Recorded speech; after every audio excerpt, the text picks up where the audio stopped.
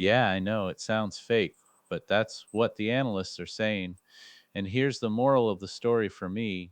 We are living through the most heavily subsidized era of AI that will ever exist. Right now, today, we are getting more compute for less money than we ever will again. Future developers are going to look back at 2024 through 2026 and say, you were paying $20 a month for that?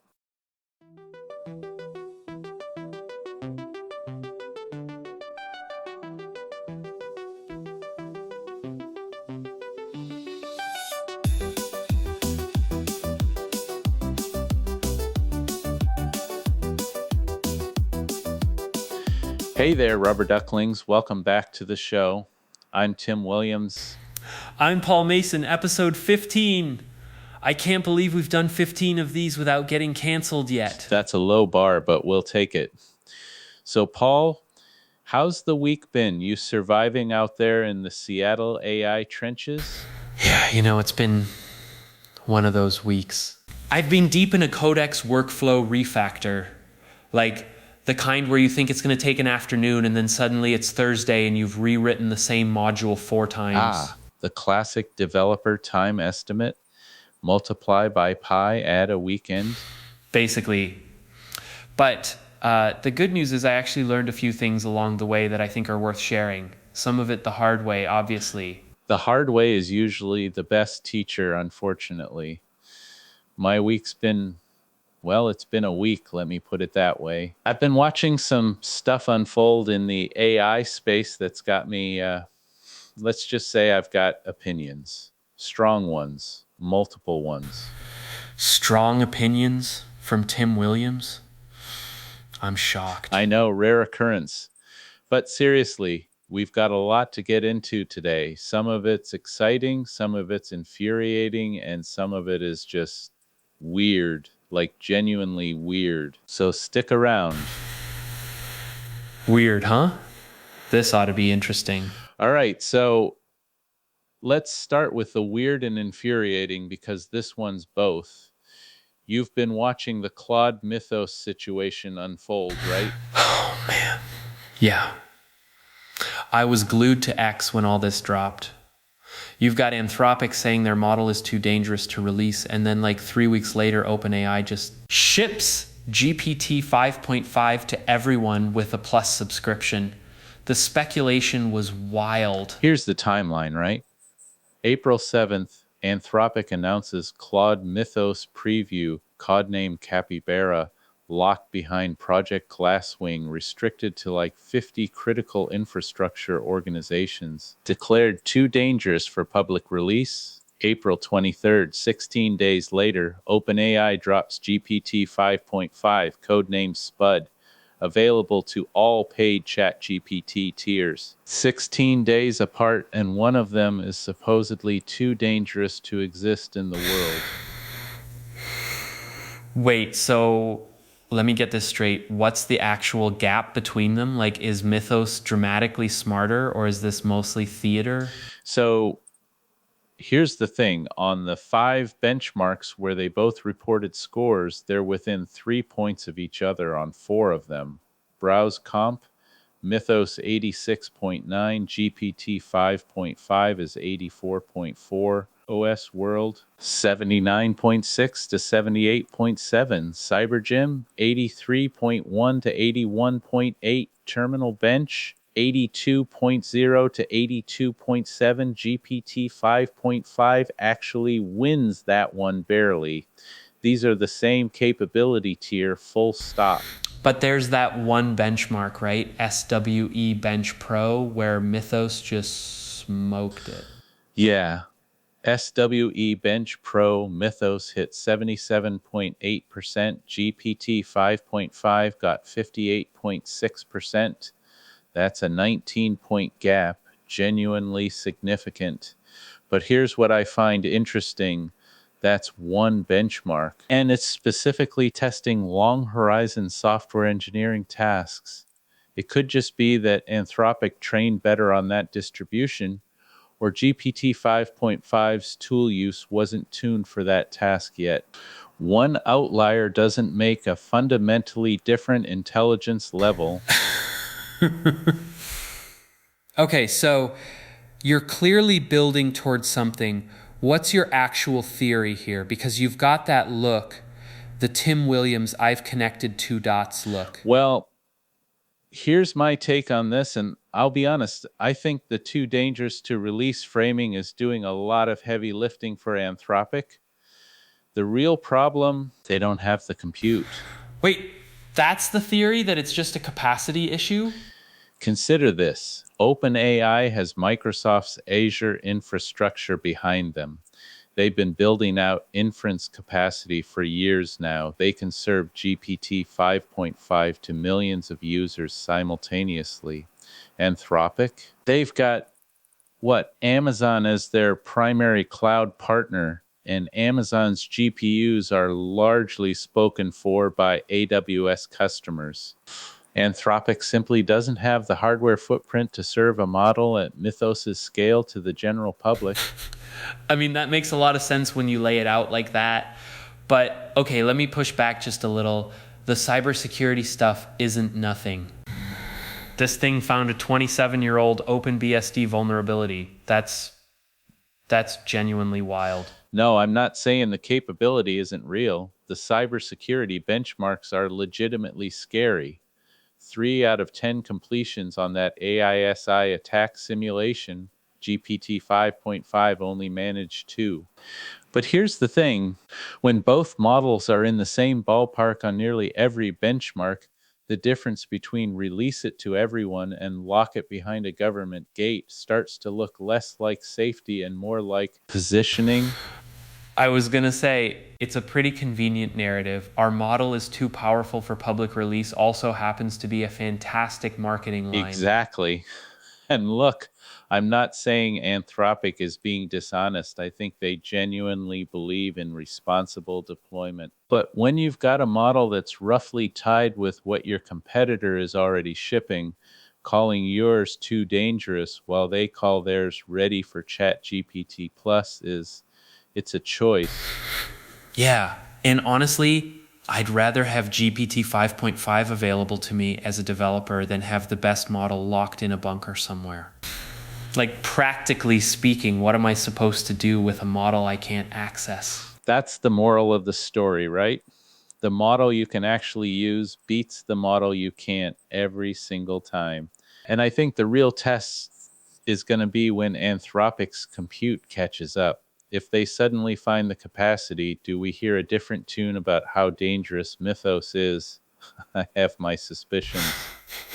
Future us will be watching. All right, so that's the weird and infuriating what else is on the docket. So the second thing that's been living in my head rent-free, and I'll be honest, this one's more anxiety than annoyance. I'm watching the business model cracks start to show, and I don't think people are paying enough attention. Yeah, I've been feeling this as a user for months now.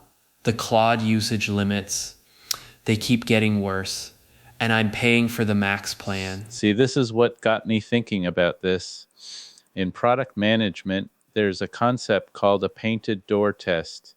You put up a button or a feature that looks real, but there's nothing behind it. You're testing whether people want it before you actually build it. Wait, are you saying Anthropic is running a painted door test on their own customers? That is a take. I mean, look at the facts. They sell max plans, $100, $200 a month that promise expanded access, but people are hitting quotas in under 20 minutes of Claude code. The Register reported developers saying single prompts are eating 50% of their session. That's not a capacity problem, that's selling something you can't actually deliver. I've literally hit the limit in the middle of a debugging session. Not fun. And here's the wild part. The Verge dug into the economics. Anthropic was letting users burn something like $8 in compute for every dollar of subscription revenue, 8 to 1. And that's the thing. It's not just Anthropic, it's the whole industry. Microsoft was losing over $20 per user per month on GitHub Copilot. Some heavy users were costing $80 a month on a $10 subscription. The entire AI economy has been running on VC-subsidized tokens. So we're all basically on a metered taxi that's been running with the meter off, and someone's about to flip the switch. That's a perfect way to put it. And here's where it connects back to what we were just talking about. While Anthropic is compute-starved, selling painted door subscriptions, OpenAI made a very deliberate bet. They specifically trained GPT 5.5 towards software development. Yeah, they led with it. Agentic coding was the first thing in the announcement. Terminal Bench 2.0, 82.7%, state of the art. That's not an accident. That's a targeting decision. Exactly, and here's why it's strategic. Anthropic's been winning the developer market. Claude Code has a massive, engaged user base. It's their strongest moat. So what does OpenAI do? They train GPT 5.5 to be a coding specialist, terminal agents, DevOps automation, pipeline runners. They're going straight at the one thing Anthropic can least afford to lose. And the timing is brutal. Anthropic is out there restricting OpenClaw, squeezing quotas, doing damage control on the limits. And OpenAI is sitting on Azure with effectively unlimited compute saying, hey, developers, we've got capacity and we trained this thing for you. That's a power grab. And The Verge reported this explicitly. Both companies are racing to IPO by the end of 2026. So every move right now is about showing investors we can own the developer. OpenAI's play is clear. Outcompete Anthropic where Anthropic is strongest, right when Anthropic can barely serve their existing users. I mean, as a developer, it's kind of great, right? Competition is pushing both of them. But the anxiety part you mentioned, what happens when the subsidies actually end? That's the trillion-dollar question. Gartner's estimating the industry needs to hit nearly $2 trillion in annual AI revenue by 2029 just to avoid a write-down. $2 trillion. That's not a growth target, that's a survival number, and the math currently doesn't add up. Token consumption would need to grow 50,000 times over. So when the investors get impatient, and they will, the free ride ends. GitHub's already moving to usage-based pricing in June. It's starting. And wait, you said $2 trillion? $2 trillion a year? Yeah, I know, it sounds fake, but that's what the analysts are saying. And here's the moral of the story for me. We are living through the most heavily subsidized era of AI that will ever exist. Right now, today, we are getting more compute for less money than we ever will again. Future developers are going to look back at 2024 through 2026 and say, you were paying $20 a month for that? Wow. Future us will thank present us for hoarding tokens. You got anything else on the list, or was that the big two? Well, I want to go back to talking about why I think the investors will become tired of the story that the AI companies are giving.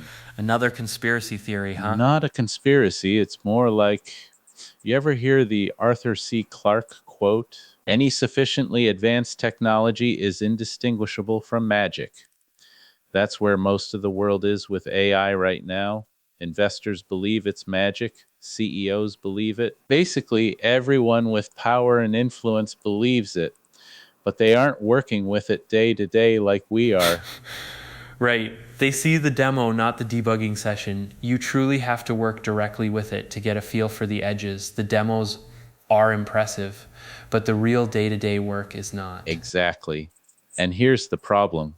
If the target is AGI, these models are not going to get there. I'm not pulling this out of nowhere. The AAAI surveyed 475 AI researchers last year. 76% said scaling up current approaches to reach AGI is unlikely or very unlikely to succeed. That's not me being a skeptic. That's the people building this stuff. Yeah. And I think from our side, from the practical developer side, you can see exactly why this plays out the way it does. You've got this whole vibe coding thing now. Non-developers using AI to build software, and to them it feels like actual magic. They type a prompt, a whole app appears.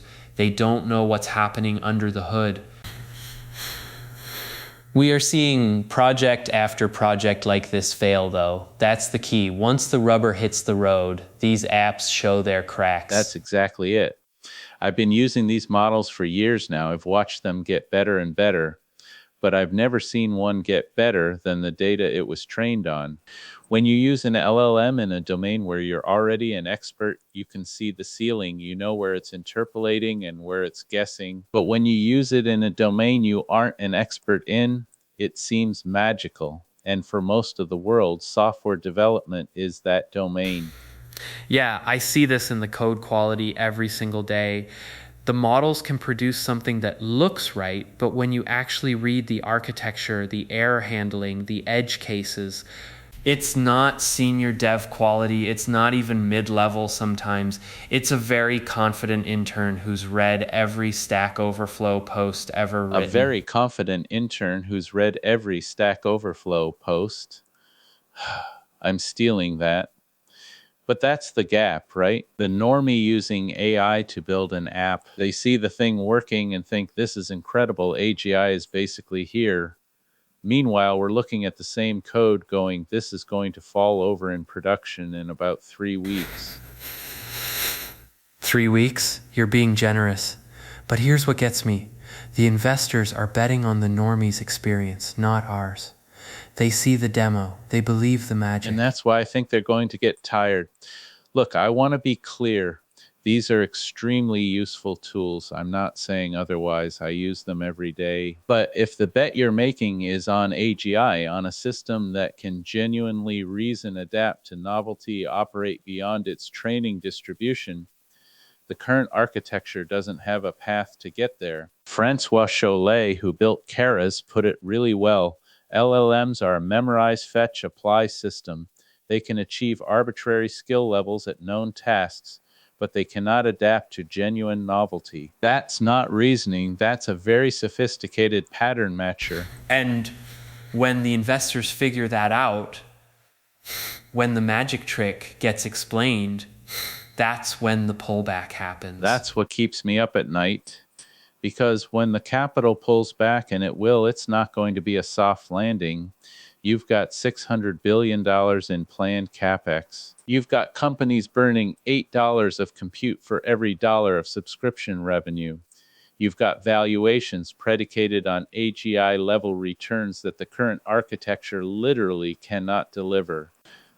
And the people in power, the investors, the CEOs, the boardrooms, they believe it's magic. They believe because they don't know enough to know what they're looking at. So the whole thing is built on a knowledge gap. The further you are from the technology, the more magical it seems, and the more you're willing to bet on it. But the people closest to it were the ones going, guys, this is really useful, but it's not what you think it is. And here's the moral of the story for me. Arthur C. Clarke was right. Sufficiently advanced technology looks like magic. But the corollary is, when the magic fades, the bill comes due. I don't think AI is a bubble in the sense that it's going to disappear. The technology is real, it's useful, it's transformative. But I do think we are in a valuation bubble driven by people who can't tell the difference between a very good tool and actual general intelligence. And when that gap closes, when investors finally spend enough time with these tools to see the ceiling, the correction is going to be painful. Okay, so that's a pretty bleak picture you just painted.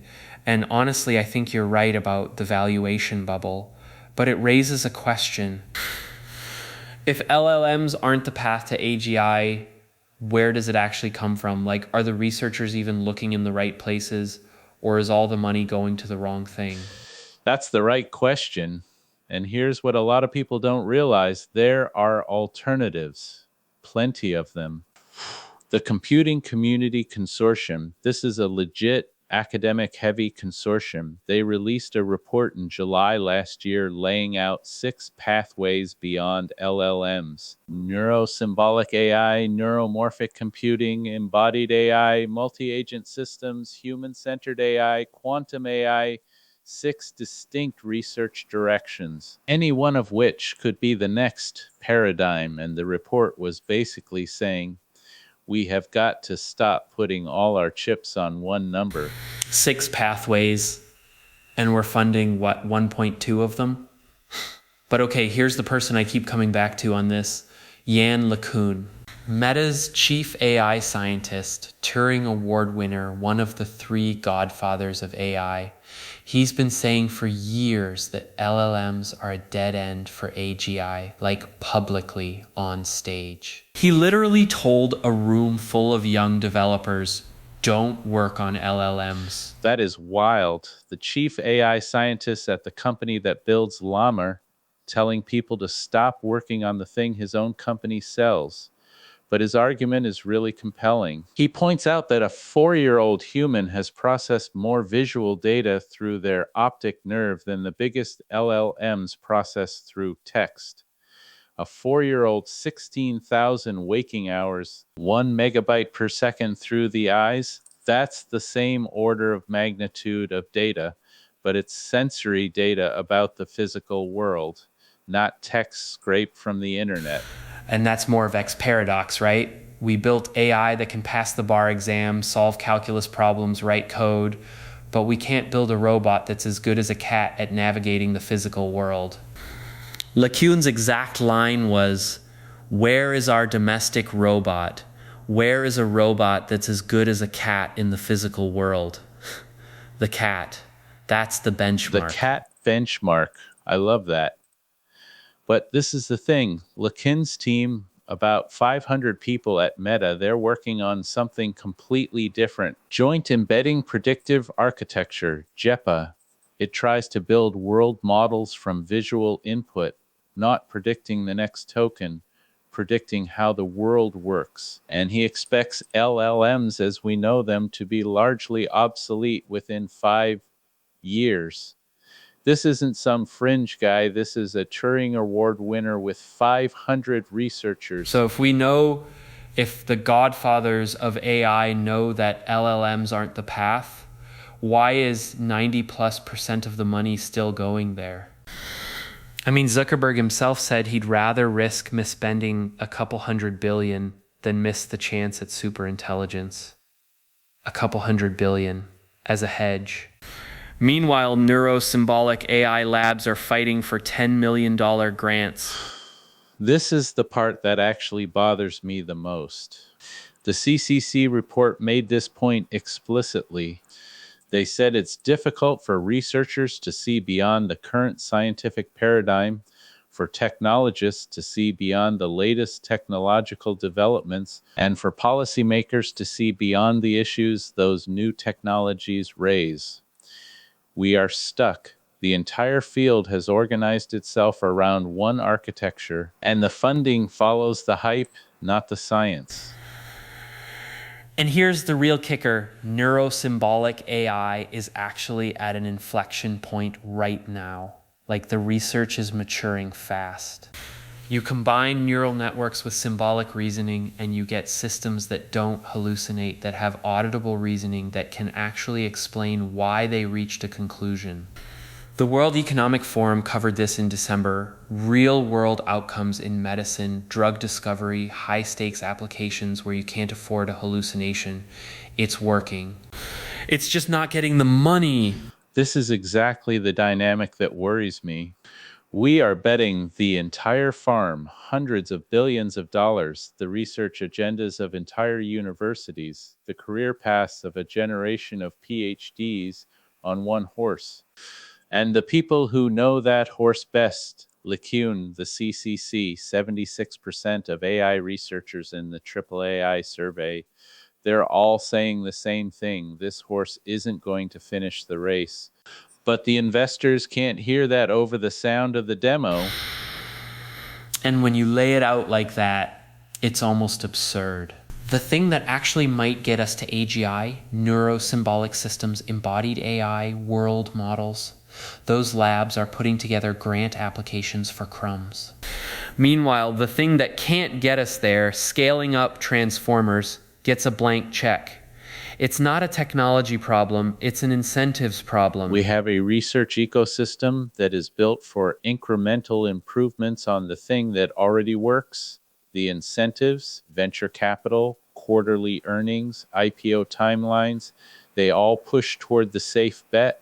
But the safe bet isn't going to produce AGI. The breakthroughs, the actual paradigm shifts, they're going to come from the underfunded labs, the neglected pathways, the researchers who are willing to say the current thing isn't enough. I just hope there's still money left for them when the LLM bill comes due. Future us will be watching. All right, so what else is on your list? You've got that Tim Williams glint in your eye. Actually, I think that's a good place to leave it for today, because if you zoom out, this whole episode has been about one thing: the gap between what AI looks like from the outside and what it actually is when you're in the trenches every day. Mythos and GPT 5.5, same capability tier, totally different release strategies, and the real story is compute capacity, not safety. The subsidy era ending. We're all riding a free taxi that someone's about to flip the meter on. And the magic problem: the further you are from the code, the more magical it looks, and the more dangerous the investment thesis becomes. Yeah. And I think the thread that runs through all of it is the people who actually build things with these tools every day, the developers, the engineers, the ones reading the diffs and hitting the rate limits, we see it differently. Not because we're smarter, just because we're closer. The investors see the sizzle reel, we see the merge conflict. And that gap between the demo and the daily reality, that's where all the money is hiding. That's it. That's the episode. The gap between the demo and the daily reality. Here's the thing. We're not saying AI isn't useful. These tools are genuinely transformative. We use them every day. They make us faster. They catch bugs. They're incredible rubber ducks. But when you mistake a really good rubber duck for a human brain, that's when you bet the farm on the wrong horse. And the bill on that bet is coming due. Future us will be watching. All right, rubber ducklings. If you enjoyed this episode, do us a favor, share it with a developer friend. Or better yet, share it with an investor friend. They might need it more. Paul's not wrong. You can find us wherever you get your podcasts. Leave a review if you're feeling generous. It actually helps. I'm Tim Williams. I'm Paul Mason. Thanks for listening. Good luck out there.